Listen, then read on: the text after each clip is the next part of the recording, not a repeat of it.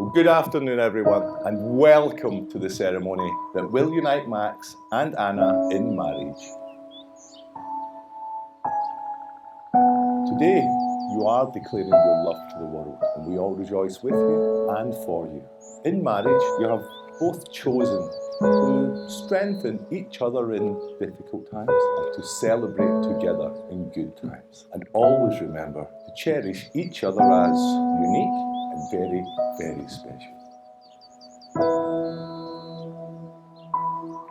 I knew one day you would find someone to share your life, someone to stand by you through troubles and strife. I could not ask for any more, the love that Max sends your way. I welcome Max with all my love when he marries my special daughter today. Lots of love, Mum.